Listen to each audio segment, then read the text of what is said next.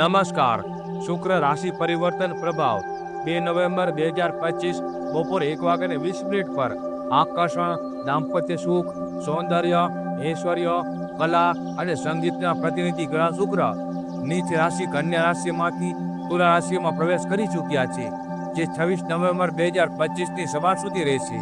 ત્યારબાદ વૃશ્ચિક રાશિમાં પ્રવેશ કરશે. આ ગોચર ચંદ્ર રાશિ પ્રમાણે જોઈ શકો છો.